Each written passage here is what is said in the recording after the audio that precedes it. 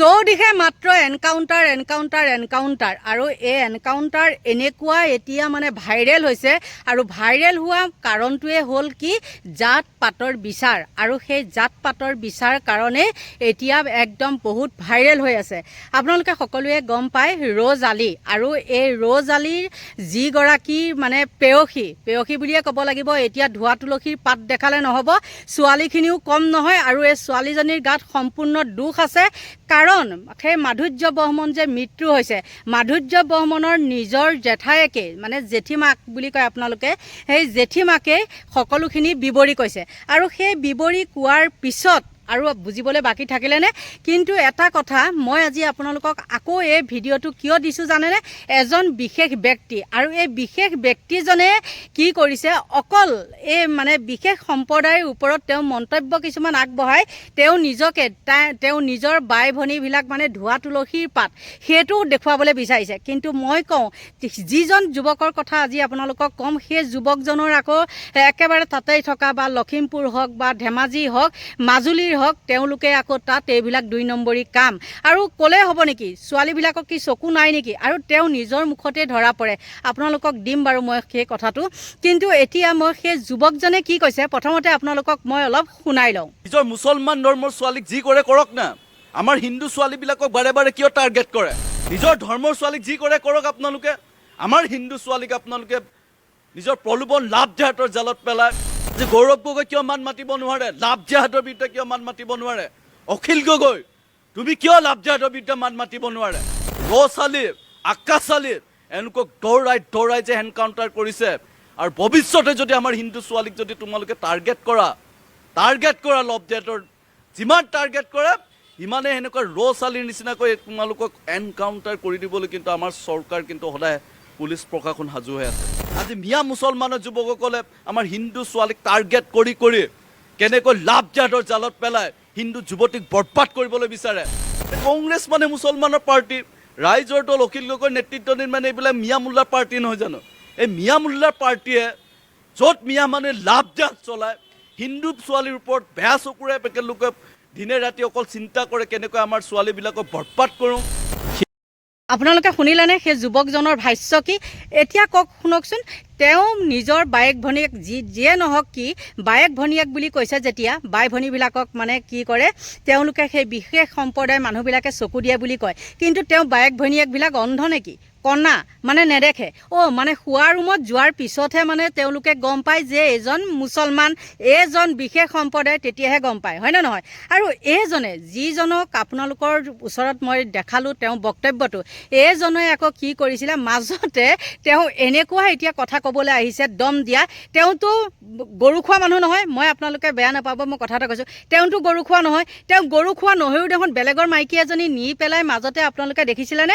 মোৰ ভিডিঅ'টো আপোনালোকে পিছলৈ আগৰ ভিডিঅ'বিলাক যোনে চাই আছে আপোনালোকে গম পাব। এইজনৰ নাম হ'ল নিৰ্মল পায়েং আৰু এওঁ আছিলে কৃষক মুক্তিত।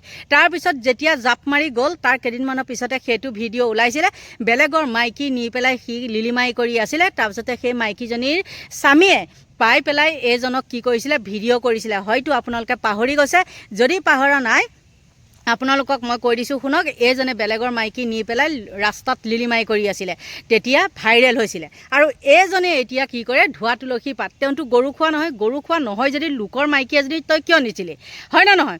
গতিকে বন্ধু বান্ধৱীসকল, এইজনো এজন ভাইৰেল হোৱা আৰু এতিয়া সি মানে কি হ'ল, যেতিয়াই বিজেপিত গ'ল তেওঁ ৱাশ্বিং মেচিনত সোমাই তেওঁ মানে এতিয়া একেবাৰে সত্য শুদ্ধ একে শান্ত শিষ্ট সুস্থ পুষ্ট মহাদুষ্ট এইটোৱে আকৌ এতিয়া কি কৰে, সেই বিশেষ জাতিটোক বিশেষ সম্প্ৰদায়ৰ মানুহখিনিক তেওঁ তোলা ধুনা দিছে আৰু দিছে একে গৌৰৱ গগৈকো এৰা নাই, অখিল গগৈকো এৰা নাই। সেই মহামূৰ্খটোৱে গম পাইছে নে নাই যে অখিল গগৈ মাতৃ বেমাৰী মানুহ এজনীৰ ওচৰত দিনে নিশাই তেওঁ থাকিবলগীয়া হৈছে, সেই কথাটো গম পাইছে নে নাই? আৰু সেইবিলাক যিবিলাক যে এতিয়া তেনেকুৱা যে এতিয়া মেডিকেলত চটফটাই থাকিবলগীয়া হৈছে, তেহেঁতে কি সুধি লৈছিলে নেকি কাৰোবাক?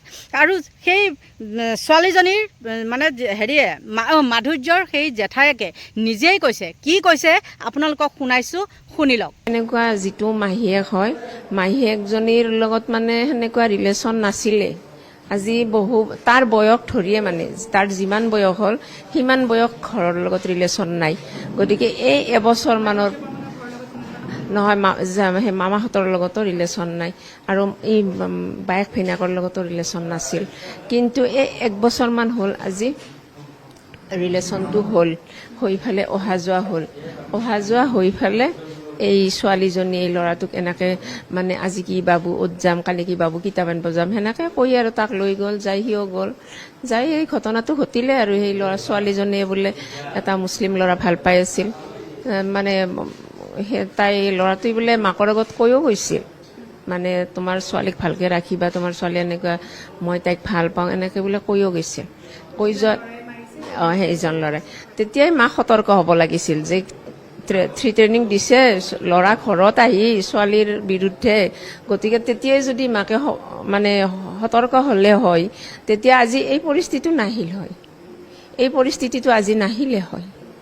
সিও মানে নাভাবিলে, একেবাৰে সহজ সৰল ল'ৰা, সি মানে ভাবাই নাই যে তাই কিতাপখিনি আনিব দিছে, মই কিতাপখিনি তাইক আনি দিওঁ। নৰ্মেল, একেবাৰে নৰ্মেল গৈছে, আহিছে, মাকক মাতো দিছে, মাকৰ মাতটো শুনি, মা তুমি যোৱা নেকি ঘৰত? যোৱা তুমি, মই যাই আছোঁ, মই আজি নাযাওঁ, যোৱা, কালি ৰাতিপুৱা মই যাম, সেনেকৈ কৈছে। কৈ পেলাই কৈছে তে যোৱা তুমি, সেই মাজ ৰাস্তাতে মানে তাক এই ঘটনাটো কৰিলে। ছোৱালীগৰাকীক যিহেতু আপোনালোকে লগ পাইছিল, ছোৱালীগৰাকী কেনেকুৱা? ছোৱালীজনীক লগ পোৱা নাই, আমাৰ লগত কোনো ৰিলেশ্যন নাই, ছোৱালীজনীক আমি একেবাৰে দেখাই নাই, ৰিলেশ্যনে নাই ছোৱালীজনীৰ লগত। এনে বেয়া বুলি শুনিছোঁ, কিন্তু একেবাৰে বেয়া, মানে সিহঁতৰ ঘৰৰ মানুহে কৈ আছে না, মামাহঁতৰ ঘৰ আইতাকবিলাকে কৈ আছে যে ছোৱালীটো একেবাৰে বিজ্জাত মানে ধুৰন্ধৰ। মানে আমি সেইটোত চাৰ্চ কৰিছোঁ এতিয়া, আমি যে ইমান বুলি আপোনালোকে যদি বেয়া বুলি জানিছিলে, তাক কিয় লগত যাব দিছিলে, কিয়? আৰু যিহেতু সি মানে থ্ৰেটেনিং দিয়াই আছে, গতিকে তাইৰ লগত ল'ৰাটো আমাৰ পঠাব নালাগিছিল, সেইটোৱে আৰু। মানে আপোনালোকে শুনিলে মাধুৰ্যৰ জেঠায়েকৰ সেই ভাষ্যখিনি। তেওঁলোকৰ নিজৰ মোমায়েকে কৈছে, সেই ছোৱালীজনীৰ মোমায়েকহঁতৰ পৰিয়ালেই কৈছে যে ছোৱালীজনী মহা বদমাছ। আৰু মই মিছাকৈ ক'ম নেকি, এই নিউজটো একদম ভাইৰেল হৈ আছে। তাৰপিছত মই আপোনালোকক কওঁ, এই নিৰ্মল পায়েং নে কি, এইটোৱে এই মানুহগৰাকীৰ এই ভাষ্যখিনি শুনি পেলাই তেওঁ এতিয়া বাৰু কি মতামত দিব, শুনকচোন নিৰ্মল পায়েঙে এই কথাখিনি। মুছলমান এজন যুৱকে বলপূৰ্বকভাৱে প্ৰেমৰ প্ৰলোভন দি, বলপূৰ্বক বিয়াৰ প্ৰস্তাৱ দি একেতক সমান্তি হোৱাৰ কাৰণে জঘন্য ৰাস্তাত থিয় হৈ একেতক নৃশংসভাৱে হত্যাৰ যিটো চেষ্টা, এই চেষ্টা বিফল হৈছে। ইতিমধ্যে GMCৰ ভণ্টিজনী আজি মৃত্যুৰ সৈতে যুঁজি আছে, যে আজি ICU ট্ৰিটমেণ্ট চলি আছে। আৰু এইগৰাকী যুৱতীক নিজৰ ককায়েকে বচাবলৈ যাওঁতে সদৌ অসম ছাত্ৰ সন্থাৰ এগৰাকী যুৱকক এই মিয়াজনে, কিন্তু এই লাভজাহাদী মিয়াজনে নৃশংসভাৱে হত্যা কৰা হ'ল। ইয়াতকৈ আৰু ভয়ংকৰ পৰিস্থিতি কি থাকিব পাৰে? আজি লাভজাহাদ বন্ধ হ'ব লাগিব। ইয়াত যিসকল মিয়া মুছলমান যুৱকলৈকে জানক, আপোনালোকে নিজৰ ভায়েক ভনীয়েকৰ কথা চিন্তা কৰে নে নকৰে? মুছলমান যুৱকসকলে এগৰাকী ছোৱালীৰ ওপৰত, হিন্দু ছোৱালীৰ ওপৰত তেনেদৰে ভৰ্মৰভাৱে মুছলমান যুৱকসকলে নিজৰ এটা লাভজাহাদৰ জালত পেলাই কেনেকৈ একেতক নৃশংসভাৱে হত্যাৰ লীলা কৰিবলৈ প্ৰচেষ্টা হাতত লৈছিলে আপোনালোকে দেখিছে। পূৰ্বতে বহুত হৈছে তেনেকুৱা। আজি লাভজাহাদ বন্ধ হ'ব লাগিব। এইটো BJP চৰকাৰৰ প্ৰতিশ্ৰুতি, ডক্টৰ হিমন্ত বিশ্ব শৰ্মা ডাঙৰীয়াৰ প্ৰতিশ্ৰুতি। আজি হিমন্ত বিশ্ব শৰ্মা ডাঙৰীয়া যি সুদক্ষ নেতৃত্বত, শক্তিশালী নেতৃত্বত আজি এই মুছলমান যুৱকসকলে যে আমাৰ হিন্দু ছোৱালীক, বিশেষকৈ আৰ্থিকভাৱে দুৰ্বল এই ছোৱালীকক যে টাৰ্গেট কৰি এই যুৱকসকলে, মিয়া মুছলমান যুৱকসকলে যে লাভজাহাদৰ জাল পেলায়, এই জালটো কিন্তু অসমৰ পৰা নাইকিয়া হ'বই লাগিব। এইটো আমাৰ দাবী। আৰু প্ৰত্যেকজন হিন্দু যুৱকৰ ইয়াৰ নৈতিক দায়িত্ব, অসমৰ পৰা পুলিয়ে পোকালিয়ে এই লাভজাহাদীসকলক উৎখাত কৰা হ'ব। যিসকলে আমাৰ হিন্দু ভাই ভনীসকলক, খিলঞ্জীয়া ভূমিপুত্ৰৰ আজি ল'ৰা ছোৱালীবিলাকক যেতিয়া টাৰ্গেট কৰে, ছোৱালীসকলক, ভাই ভনীসকলক, আৰু কেনেধৰণে জালখন পেলাই আপোনালোকে জানে। বৰ্তমান সময়ত যে আপোনালোকে বহু জেগাত, লখিমপুৰৰ পৰা আদি কৰি বিভিন্ন বঙালমৰা, গড়চিগাৰ পৰা আদি কৰি আজি নলবাৰীৰ নিচিনা জেগাত, আজি গুৱাহাটীত কেনেকৈ লাভজাহাদৰ এই ভয়ংকৰ ব্লুপ্ৰিণ্টটো এই মিয়া মুছলমানৰ যুৱকসকলে পেলাই আপোনালোকে জানি লওক আজি তাৰিখত। আৰু অসমৰ হিন্দু ভাই ভনীয়েক আৰু হিন্দু খিলঞ্জীয়া ভূমিপুত্ৰ ৰাইজৰ জনা উচিত এই মুছলমান যুৱকসকলে কেনেকৈ লাভজাহাদৰ জাল পেলায়। আমাৰ যুৱতীসকলক বিশেষকৈ আমাৰ আৰ্থিকভাৱে দুখীয়া নিচলা এই ছোৱালীবিলাকক এওঁলোকে কেনেকৈ টাৰ্গেট কৰে অতি ভয় লগা ভয়ানকভাৱে।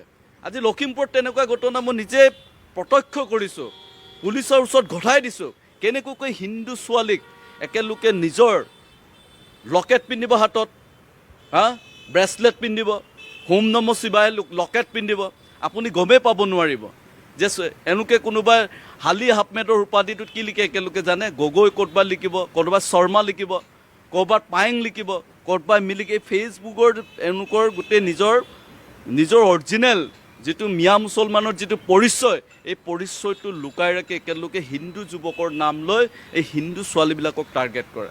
মই আহ্বান জনাইছোঁ আমাৰ ভূমিপুত্ৰ খিলঞ্জীয়া ভাইক ভনীসকলক। শুনিলে নহয়নে? এতিয়া কওকচোন, ধোৱা তুলসী পাত আছিলে নেকি? আৰু এইজনে কি বুলি ক'বলৈ যায়, বোলে মিছা কিছুমান নি পেলাই আজিকালি এনেকুৱা অসভ্য কিছুমান ছোৱালী ওলাইছে, তেওঁলোকে প্ৰথমতে একদম আগদিনা ভাল পাব, পিছদিনা বিচনাত যাব, গম পাইছে নহয়? পিছদিনা বিচনাত যাব আৰু তাৰ পিছতে কি ক'ব, মোক ভুলাই চকাহে নিছে, মোক যাদু কৰি নিছে, মোক চকু বান্ধি নিছিলে, মোক আমুক দৰৱটো খুৱাই নিছিলে। এইখন হ'ল নাটক। গতিকে অসভ্য ল'ৰা ছোৱালী মৰিছে বা চটফটাই আছে, সেইবিলাকো জীয়াই থাকি লাভ নাই। তেওঁ দুটাকৈ মানে প্ৰাণী কি কৰিছে, মানে মাৰিছে। আৰু সেই মাধুৰ্য বোলা ল'ৰাটো সেই ছোৱালীজনীতকৈ সৰু, আৰু সেই মাধুৰ্য বোলা ল'ৰাটোকো কৈছোঁ কি দৰকাৰ, নিজৰ ঘৰখনৰে বোলে তেহেঁতৰ লগত ভাল নাই, আৰু তইনো কি দৰকাৰ যাবলৈ, হয়নে নহয়? গতিকে আপোনালোকক কি ক'ম আৰু, নিজে সাৱধান, মানে কৈ নহয় বোলে সাৱধানৰ মৰণ নাই। গতিকে বন্ধু বান্ধৱীসকল, আপোনালোকৰ পৰা লৈছোঁ বিদায়, বাই বাই। আৰু কি গালি দিয়ে দি থাকক, মোৰ কথা নাই।